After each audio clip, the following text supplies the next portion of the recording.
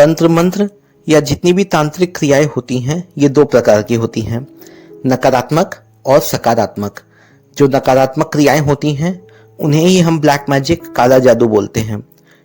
नमस्कार दोस्तों, बहुत बहुत स्वागत है आपका मेरे channel the journey of life में। तो दोस्तों मुझे एक पर्सनल कंसल्टेशन के लिए कॉल आया था और उस कॉल में उस पर्सन ने मुझे कहा कि मेरे ऊपर काला जादू किया गया है। दोस्तों मेरे मन में सबसे पहला सवाल ये उठता है कि आपको पता कैसे चला कि आपके ऊपर काला जादू किया गया है, क्या लक्षण होते हैं इसके। और अगर सपोज कीजिए कि अगर किसी ने आपके ऊपर काला जादू कर ही दिया है तो उसके लिए हम क्या कर सकते हैं, क्या उपाय कर सकते हैं कि हम इस तरह के जो क्रियाएं होती हैं उन्हें निष्फल कर दें। तो इसी के बारे में आज हम आपसे बातें करेंगे। तो सबसे पहले मैं आपसे बहुत बहुत निवेदन करता हूं, मेरे चैनल को सब्सक्राइब कीजिए, मेरी वीडियोस को लाइक किया कीजिए क्योंकि लाइक्स बिल्कुल नहीं आते मेरे वीडियो पे। और अगर हो सके तो दोस्तों के साथ भी शेयर कीजिए ताकि और लोगों का भी भला हो।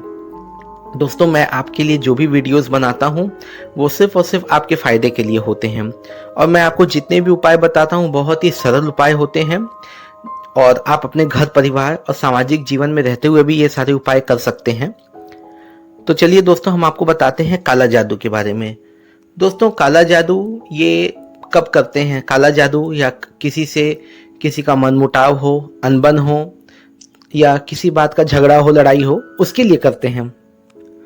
अक्सर करके हमने लोगों के मुंह से सुना है ना कि नहीं कुछ किया कराया हुआ है, कुछ ऊपरी बाधाएं हैं तब जाकर के ये चीजें मेरे साथ हो रही हैं। तो आइए हम आपको सबसे पहले बताते हैं कि इसके लक्षण क्या होते हैं। दोस्तों इसका सबसे पहला लक्षण होता है किसी भी व्यक्ति के स्वभाव का चिड़चिड़ा होना। ठीक है, देखिए दोस्तों स्वभाव का चिड़चिड़ा होना ये चीजें कब होती हैं? ये चीजें तब होती हैं जब सच में कुछ ऐसी नकारात्मक ऊर्जाएं आपके आसपास हों। देखिए दोस्तों बहुत सारे केसेस में मैंने ये भी देखा है कि स्वभाव इतना ज्यादा चिड़चिड़ा हो जाता है कि घर परिवार के लोगों से ही किसी भी व्यक्ति का झगड़ा होने लग जाता है। ठीक है, इसके अलावा कुछ और भी लक्षण होते हैं इसके, जैसे कि आपके घर में किसी भी शुभ कार्य में बार बार बाधाएं आना। जैसे किसी की शादी लग रही है तो शादी लगते लगते टूट जाना या ऐसी कुछ चीजें। तो हम कहते हैं ना कि नहीं किसी ने कुछ कराया हुआ है, किसी ने इनकी शादी को बांध दिया हुआ है तंत्र मंत्र से, जिसकी वजह से इनकी शादी नहीं हो पा रही है। इसके अलावा कुछ और भी चीजें होती हैं, जैसे कि घर में झगड़े बढ़ जाना। ठीक है, घर में क्लेश हो जाना। इसके पीछे भी एक बहुत बड़ा कारण हो सकता है कि किसी ऊपरी तंत्र मंत्र की बाधा हो आपके घर में, आपके परिवार पे किसी ने कुछ काला जादू किया हो, तो ये चीजें वहां पे संभव हो सकती हैं।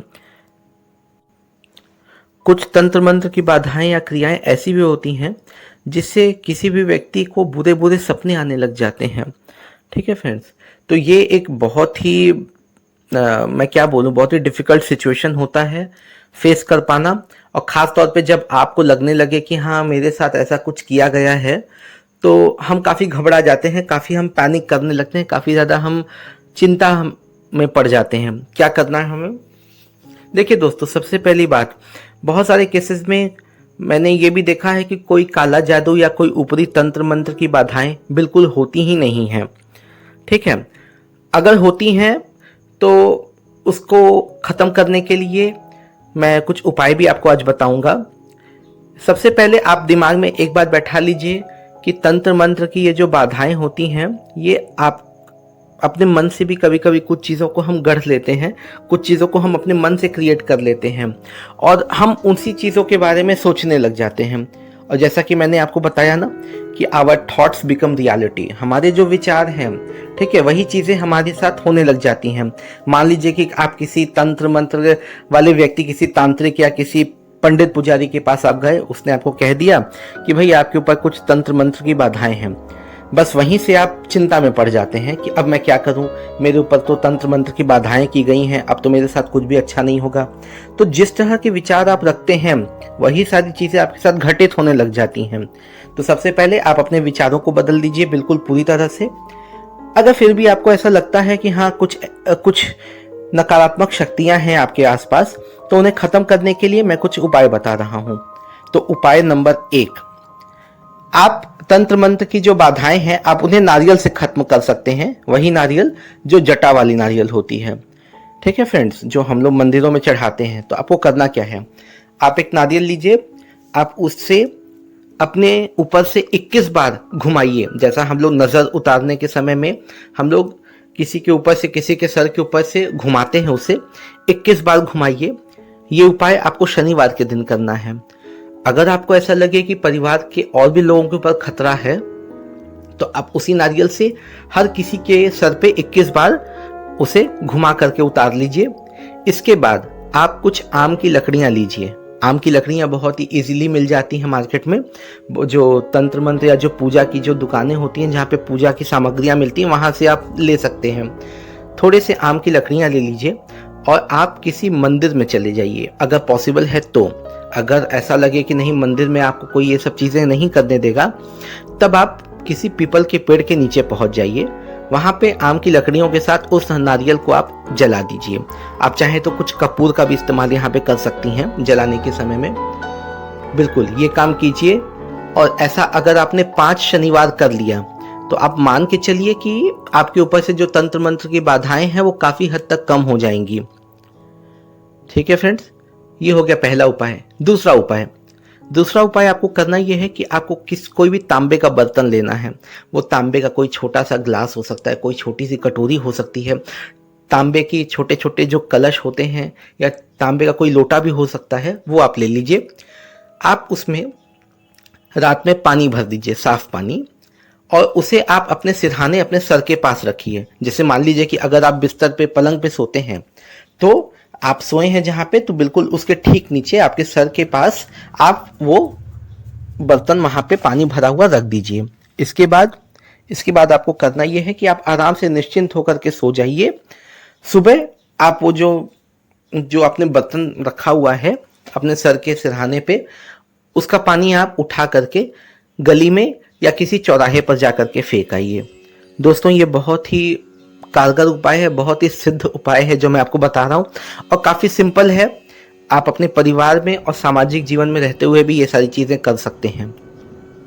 तो एक काम आप ये कीजिए दोस्तों। तीसरा उपाय आप एक काम ये कीजिएगा कि आप महामृत्युंजय मंत्र का जाप कीजिए। तो फ्रेंड्स, तीसरा उपाय है महामृत्युंजय मंत्र। दोस्तों, मंत्रों की अपनी एक शक्ति होती है, अपनी ऊर्जा होती है, अपनी वाइब्रेशंस होती हैं। ठीक है, ये बात हम सभी जानते हैं। कलयुग में कुछ मंत्र हैं जो बहुत ही शक्तिशाली होते हैं, जिनमें पहले स्थान पर है गायत्री मंत्र, दूसरे स्थान पर है महामृत्युंजय मंत्र। दोस्तों, गायत्री मंत्र की सलाह तो मैं किसी को नहीं देता, क्योंकि साधारण हमारा ये जो सामाजिक जीवन में है, इसमें रहते हुए हम गायत्री मंत्र को नहीं संभाल सकते, उसकी ऊर्जा को हम बिल्कुल संभाल नहीं सकते हैं। ठीक है, तो इस केस में आप महामृत्युंजय मंत्र का जाप कीजिए। कितने जाप करने हैं? आपको 10,000 जाप कर लेने हैं। अगर आप 10,000 जाप कर लेते हैं तो जो ऊपरी तंत्र मंत्र की जो बाधाएं होती हैं, आप उनसे बिल्कुल मुक्ति पा सकते हैं, और आपके आसपास में जितनी भी नकारात्मक ऊर्जाएं हैं, ठीक है, आप उन्हें बिल्कुल खत्म कर सकते हैं। अगर आप एक माला भी रोज करते हैं तो मेरे ख्याल से आपको कुछ समय लगेगा।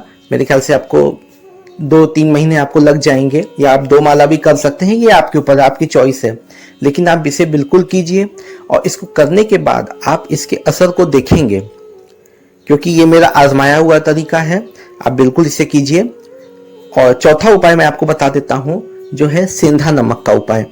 दोस्तों, वैसे भी सेंधा नमक के बहुत सारे उपाय मैंने अपने वीडियोस में डाले हुए हैं अलग अलग, लेकिन आज हम ये जो तंत्र मंत्र की जो बाधाएं होती हैं, इन्हें खत्म करने के लिए सेंधा नमक का यूज करेंगे। तो क्या करना है, आप नहाने जाते हैं, आपके नहाने वाले पानी की बाल्टी में आप 2 चुटकी सेंधा नमक डाल दीजिए, और इस पानी से आप स्नान कीजिए। अगर आप प्रतिदिन एक बार भी ऐसा करते हैं तो आप देखेंगे धीरे धीरे कि आपके ऊपर से जो नकारात्मक शक्तियां हैं, उनका असर कम होने लग जाएगा।